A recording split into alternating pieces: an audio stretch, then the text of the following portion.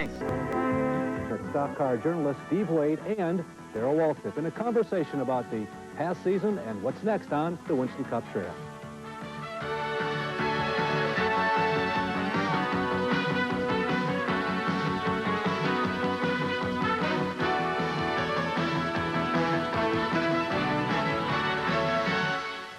Hi, everybody, and have a very Merry Christmas and a Happy New Year. We're very pleased to welcome to Speedweek this week Steve Waid on your far right, and of course this is Darrell Waltrip. And Bob and I want to talk to these two gentlemen about 1987 and perhaps beyond. Well, Steve, I guess you're the editor, is that right, of Grand National Scene magazine? Publisher? Well, head gopher. Okay. I thought it would be interesting, first of all, since our special guest is Darrell, for you, Steve, to kind of analyze Darrell's season, and then we'll talk to Darrell about how he analyzes his season and see how you two differ. Sounds risky. Do you want me to... Oh, wait a minute. Do you want me to leave? You want me to leave, or are you going to... No, you stay right there. You're going to like this. I don't know. I haven't liked anything else. Go ahead. Really, I think if you could characterize it in one word, the word would have to be frustrating. I mean, if you sit there and look at it on paper at the start of the year, the personnel, the material, the sponsorship, the driver, it should work. It's like a cookbook. There's all the ingredients, and it's up to you to put it together and have this nice, fluffy cake. Well, the cake fell, and I'm sure there are a number of reasons for it, and I think probably Darrell knows them better than anybody. As many times as the press has speculated on him all year long, I'm sure that he's got a pretty good finger on it. I probably do. Well, I hope I do. We'll know this. We'll know in 1988 if I do or not. Yeah, it's been very frustrating. There's no question about that. But, you know, I think it's been disappointing because I did things like this, very similar to this last year, and I'm thinking, oh, yeah, well, I'll probably win 10 poles. And, you know, I'm going to say I'll win at least 12 races, but I could feasibly win 15. So what I really did, and what all of us involved in our whole team did, was really set ourselves up for a big disappointment, a big fall. We just didn't, personalities were probably the biggest thing. You know, our sport's no different than putting this show right here together. It's a people deal, and if the people don't mesh, the deal doesn't work. Doesn't matter how much money you put into it or anything else. And I've been an admirer of Waddell Wilson's for a long, long time. Junior used to get really upset with me when I said, well, Waddell's doing this and Waddell's doing that. I know Junior's sitting at home right now thinking, how's old Waddell doing now? But anyway, we had differences in philosophy. We had differences of opinion. And it doesn't take very much of that to turn a team around and head it in the wrong direction. And that's really what happened. Waddell and I just didn't agree. The only thing we could agree on is that we didn't agree, and that's about it. Darrell, I would imagine you started the season out as pretty good friends, frankly, with everybody. That must have been the toughest part because there were times when things got strained. There was that moment in the middle of the season where big conversation about the motors. Well, so-and-so is getting better motors than I am, so you guys swapped, and the results were no better, really. No, not really. Again, I don't think it was not the machinery that we had. The car was very dependable. As a matter of fact, I know you're going to say, well, this guy didn't know what he's talking about, but it was too dependable. You know, I'd a lot rather seen us up front trying to win a race than I had to be out there just finishing races. I think we became consumed with, it was drilled into Waddell, and I think Rick was drilling it into both of us. We want to win the championship. Yeah. The way you win the championships, you finish races. And so everything we did was to finish. And we even, when we started off, we said, don't worry about winning a pole. Man, we're going to win a pole. That's a piece of cake. We'll win a pole somewhere. Don't worry about winning a race. When we get to the short tracks, we'll knock them dead. So we really just kept putting things off, and all of a sudden we found ourselves in a box. You got to get it done now. You got to win a pole. You got to win a race. And when you got a team that's a little bit topsy-turvy anyway, and then you put that kind of pressure on them, it just wouldn't work. everybody seems to agree that the second half of your season was better than the first. I personally have targeted the time about mid-season when there was no question you were in control over who was in control of the team by that time. Yeah. And then you brought in Jeff Hammond, who may not have been, in my opinion, the mechanical wizard you needed, but he was certainly the team leader you needed. And from that point on, I think everything in your season went from this point to back up to, you know, on an incline. Would that be correct? Our team ended on a high note. Yeah. Well, a frustrating season for Darrell, but perhaps the biggest topic of conversation that frustrated a lot of people as we got down toward the end of 1987 was the subject of drugs. NASCAR now says, yes, we have to get involved in that. We'll have more details on that right after this break.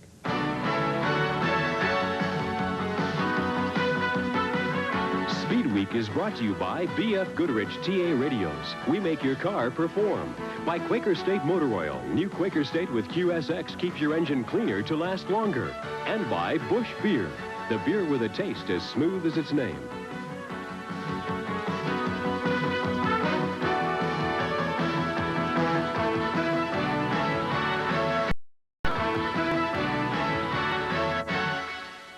Welcome back to our Christmas edition of Speed Week. With us is Steve Waid, also Darrell Waltrip, and of course Larry and myself. Topic of conversation in this segment, gentlemen, is drug testing. Now, NASCAR at the awards banquet, or during the awards banquet weekend in New York, indicated that they would implement a drug testing program for 1988. No other details were given. However, they did promise details at the National Motorsports Press Association convention in Charlotte in the middle of January. Darrell, is there a drug problem in NASCAR so far as you know? As far as I know, no. I'm not aware of a problem. I'm like everybody else. I'm like Steve. I'm like you guys. I hear a lot of things. You know, I hear what I call woofing. Remember when we were all in school and we used to woof a lot? Well, that's what I kind of think some of the drug situations like in our sport. And we all have a phrase, you know, that we use a lot of times. That guy must be on drugs. Somebody does something really crazy or weird. I think we've really made lighthearted out of the drug situation in our sport to the point to where, at least as far as I'm concerned, I don't think it's an epidemic, and I don't think it's a big problem. And I'll tell you right up front, I was shocked in New York when Billy France got up and said they were going to do the drug testing deal, because for 2 years, some of us have asked, why don't we do it? Not why, let's do it, just why don't we? Why are you so adamant against doing it? And they've never wanted to. All of a sudden, bam, they didn't ask anybody, we're going to do drug testing. Steve, you're so close to a lot of the competitors, truly a lot closer than any of the three of us that are here. In other sports, there have been so many reports, stories, incidents involving drugs.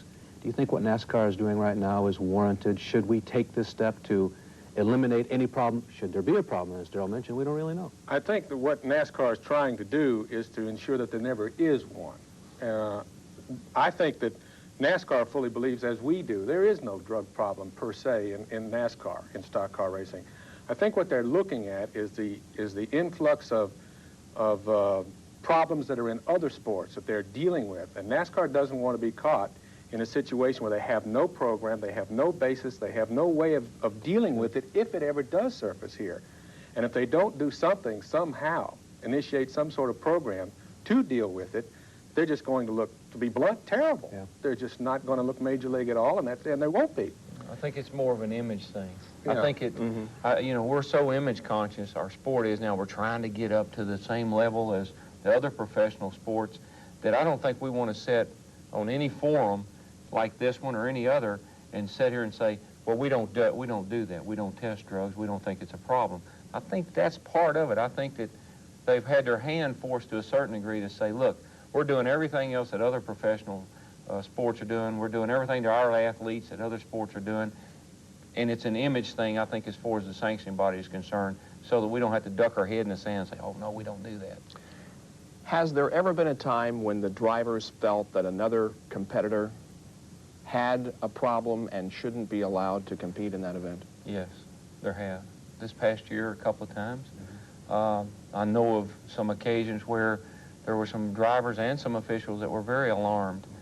But again, we don't know what we don't know if we were alarmed about drugs or was it something else. It's hard to say. We didn't have, you know, we weren't testing, so we didn't know. And it's a deal where you just kind of look at a guy and say, I think he's taking drugs. That's a tough one to call, you know. Did you ever feel reluctant during a race, intimidated not by the athletic skills of another driver, but his physical well-being? Well, you've seen drivers do some awfully bold things on the racetracks at times that made you wonder that you feel you're as brave as anybody else out there, so this guy's almost superhuman. How'd he do that?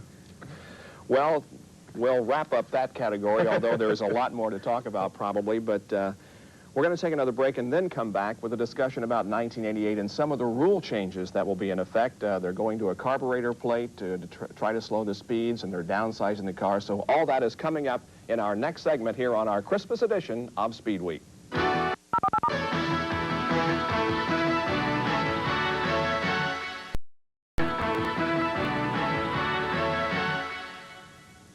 Bob and I are being joined by the executive editor of Grand National Scene magazine, who, by the way, is on vacation until the middle of January, something Bob and I are not, and by Darrell Waltrip here on my immediate left in the middle of your it's funny. Dale used to sit here, and they used to call him Darrell. Yeah, It's funny how our roles have changed. just 11 wins in one season something? changes everything. Vacation, and I'm here. Never had a year like you figured out. Speaking about next year, the downsized cars. Once again, I get the feeling that they're a little dicey. They're not as stable as the big behemoths we've been running the last couple of seasons. Well, that was one of the things that we considered going into 1988 was, do we stick with the Monte Carlo, which has absolutely no change, or do we consider one of the new Olds's, Buicks, Pontiacs, or whatever? Just from what we know about race cars, and at times you could probably say that ain't much, but anyway, just by looking, at first we thought, no, this would be the way to go, that the smaller car would be the way to go.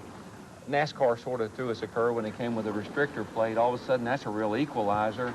And not only that, but it's my opinion, and I've talked to the guys about this, that the little race car is going to beat us worse at Richmond and Bristol and Wilkesboro than they are at Daytona or Talladega. 60-inch tread width rules got the cars all the same width, and I know for a fact that a Thunderbird is a lot slower at 60 inches wide than it is at 56 inches wide. And a Monte Carlo, it doesn't do any good to narrow it down. We've always had a 59.5, 60-inch wide car. So there's a lot of things that are going to equalize everything on a super speedway. The interesting thing, I think, will be when we get to some of the smaller racetracks, that little short wheelbase, or not wheelbase, but body style, is going to whoop around those corners, and that may be where we're in trouble. So says Waltrip. But with guys like Earnhardt and people like that, I'd be a little worried if my car wasn't as big as his. Kind of interested. Do you think that, given the classic example, when a new car comes in, these mechanics get their fingers on it and they play with it and they fool around with it and continue just trying to change this and try this, and while they're doing that on these new GM little cars, shall we call them, you guys with Chevrolet and Ford are gone. Yeah, well, the Ford is still the car to beat. Okay. I don't care what they do. I don't care how little the restrictor gets. I don't care what happens. That's still the car to beat. Even though I'd hate to be one of the other GM teams knowing that I got my brand new 88 car and it still ain't as good as an 87 Thunderbird. So that's why Monte Carlo's all right for me in 1988. I think the Ford's still the guy to beat, and it's going to be a Chevy Ford show, and that's the name of the game. With the restrictor plate, what do you anticipate speeds at Daytona to be? Well, they had an 1 1/8" restrictor on the cars in initial test, and they were running anywhere from 195 to 198 miles an hour. I don't know how in the world a car can run that fast with an 1 1/8" restrictor plate on it. That's 4 holes about the size of your thumb. It looks like it wouldn't even crank up. Even more amazing is they were a little quick at that, so they put the 1-inch restrictor plate on, and the cars still are in the 190 range. I'm not going to say which side of 190, but in the 190 range. So I'd say even with the 1-inch restrictor plate, they're still going to be well over 190 miles an hour. The speeds are going to be very, very competitive. The cars are all going to run real close together and could be a real fiasco. Yeah. This week's Dick Wallen Racing Classic doesn't concern racing as such, but it does involve some stock car drivers getting a little R&R. In the spring of '66, Tiny Lunn led a delegation of racers to his fish camp to go after the big ones. Jim Hurtubise came along. He was given the tough job of navigating. The Lunn Fish Camp is down the road a few miles from Cross, South Carolina, where the popular winner of the 1963 Daytona 500 called home. No question that Tiny was a great driver, but few know he was also a great fisherman. This is his record 52-pound striped bass. Legendary car owner Ralph Moody, part of Holman & Moody, was to be a part of this outing. And as usual, when you get two outstanding fishermen together, this is Tiny and Cale Yarborough, there's a dispute over who should get the best seat in the boat. Pole position is important in fishing, too. Hurtubise also thinks he should get the choice seat. He did win, after all, the most recent race in Atlanta. Well, after a few minutes of discussing and fighting, seats are selected, and it's off to the sea, or lake. Tiny's driving, Kalen Hurtubise in the back. Now looks like Tiny's got a bite, but can he bring it in? Hurtubise has the honor of the first of the afternoon. Yarborough has great casting form, but that darn reel manages to backlash, putting Cale in the pits momentarily while he gets the line straightened out. Here's our photographer, Dick Wallen, with his catch. Cale, after finally getting his line in the water, has something to show for his efforts. After all was said and done and caught, a good time was had by all. It was their wives that didn't think too much of this trip. Now there's all these fish to clean. What do you think, guys? Did that 52-pound striped bass record look a little fishy to you? No, never mind the fish. It's amazing. Did you notice that thing? The older Cale gets, the more hair he gets. It's amazing. I'll tell you one thing. All those fish. Yeah. There's a little. What we didn't see was the sign in the back, Sam's Fish Market. No, they wouldn't do Catch that, those would they? fish. Oh, yeah, they got them things down there that says Sam's Rent-A-Bass. You And go out there. Cale Yarborough ain't going fishing unless it pays something. I can promise you that. Was that rigor mortis on that big 52-pound bass, It whatever sure the heck looked that like was, it to or me, does it come out of the store that way? I've never seen one that big. I But I'll either. tell you, Yeah. old Cale better not show up at Daytona this year with them dark glasses on. Well, Larry will be back in just a moment with all the latest news from the world of motorsports when we come back to our Christmas edition of Speedweek.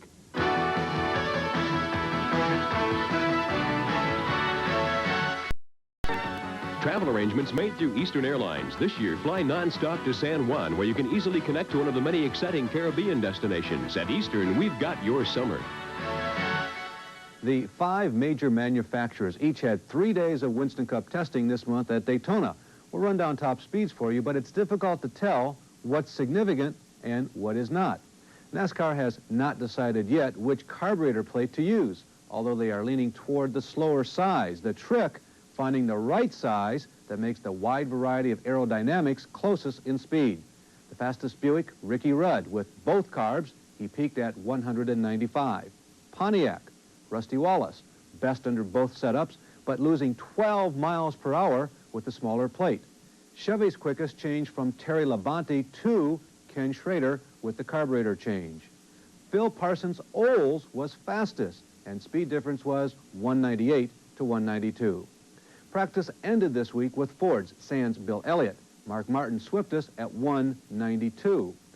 Plans continue for a stock car race down under. Bobby Allison among those committing to the Thunderdome in Australia.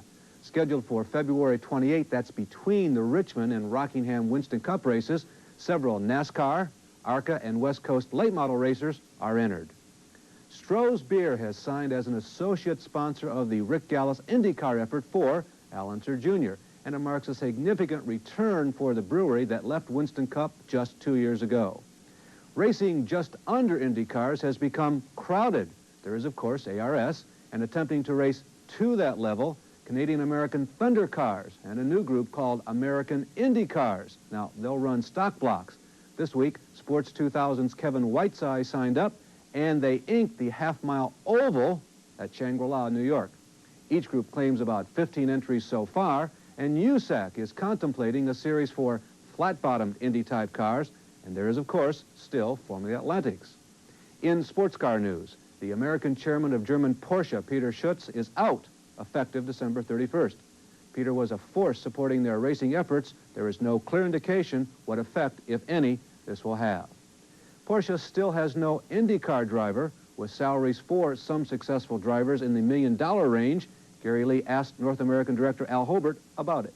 Is Porsche prepared to pay in that neighborhood a retainer for a driver? No. So money then may be a factor on who you really put in the cockpit. Well, sure it could be, but I don't really anticipate that it will be. Really, when you look at Little Al and Mario and Michael, that's another, and maybe Bobby Rahal. I think that's a different echelon than all the rest, money-wise. I'm not trying to compare them driving-wise at all, but that's just a different category. A major announcement for the Tampa area. In November, it will host the first event in the world, bringing together IMSA and world sports cars from both Europe and Japan. The purse, $300,000. For Winston Cup, Buick has changed models this year. The subject of this week's edition of the Bernstein File, brought to you by Quaker State. In 1988 Winston Cup NASCAR racing, you're going to see some body changes in different forms. Buick, Oldsmobile, and Pontiac will have complete different bodies. What you're seeing right here is a new Buick Regal. This is last year's 87 LeSabre that was raced on the Winston Cup circuit. This is the new Regal. A lot of changes have been made. It's a smaller car to begin with. As you look at the bottom and see the spoiler in the front compared to the 87 Regal, if you look at the hood area, the LeSabre is much wider, lays over to the side, much smaller hood area on the Regal. Go up to the windshield area, we got a little bit more of a layback in the windshield area on the new Regal compared to the LeSabre. Aerodynamics continue with a smaller roof that leads back to a back window that should bring the air to the spoiler a lot better, especially around the corner right here. It's nice and smooth and makes the air follow it right to the back of the spoiler compared to the LeSabre, which didn't have this nice curvature. All in all, it's a nice looking race car. It ought to go very fast. I'm Kenny Bernstein. Now, here's this week's trivia question. Where was Darrell Waltrip's first Winston Cup win? Was it A, Nashville, B, Richmond, C, Bristol, D, Daytona, or E, North Wilkesboro? Bob and Darrell will have the answer in a moment.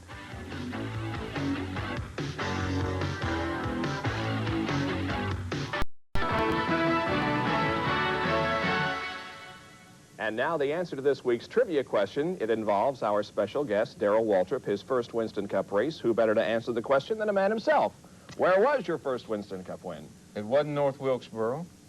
And I think it's kind of interesting you put Daytona on here. That, yeah. But I'm not the only three-time champion that hadn't won a points-paying race at Daytona. Mr. Earnhardt hadn't either. Okay. It's not Bristol, even though that's one of my best racetracks. It's not Richmond, even though that's one of mine and Dale's favorite racetracks. You did win there the first year you won a Winston I did. Cup It was race, the same year. Yep. But Nashville, Tennessee, my hometown, was my first win. 1975. In the Music City 420. All right, we got to wrap things up. What about 88? Going to win the championship? Well, no, I don't. I told you when we sat down here and started this, I'm not going to make any real bold predictions about 1988. I opened my mouth and stuck my foot in last year in the early going. I just tell you this, I think 1988 will be a great year for Darrell Waltrip. Let's hope so. Steve? Well, I hope it is. I'd love to write about it. Remember, I'll be watching you now. But I think it will be. It'll be a fine year. I'm looking forward to the new cars. I'm looking forward to the new track at Phoenix. I'm looking forward to some of the new drivers and teams. I think we have a great season ahead of us. And drug testing. Oh, yes, and drug testing. Steve, one comment about all the new drivers and teams. There are a lot of them coming. It's going to be tough for a lot of the traditional independents to make races next year. They're dying out. It's going to be fewer next year than there were this past year, and then the following year, it's like a dying species. But we're going to have to redefine independent. Yeah, that's I true. mean, Dave Marcus, I read somewhere where he was an independent, but he has Lifebuoy for a sponsor, and there's some teams out there like that, so we may have to redefine independent. Well, we're very pleased that you were able to join us. Things are always interesting when you have Mr. Waltrip and Mr. Waid with us. They continue on for this very special edition of Speedweek. We will join you next week. We'll talk about Indianapolis cars. Join us then. Thanks.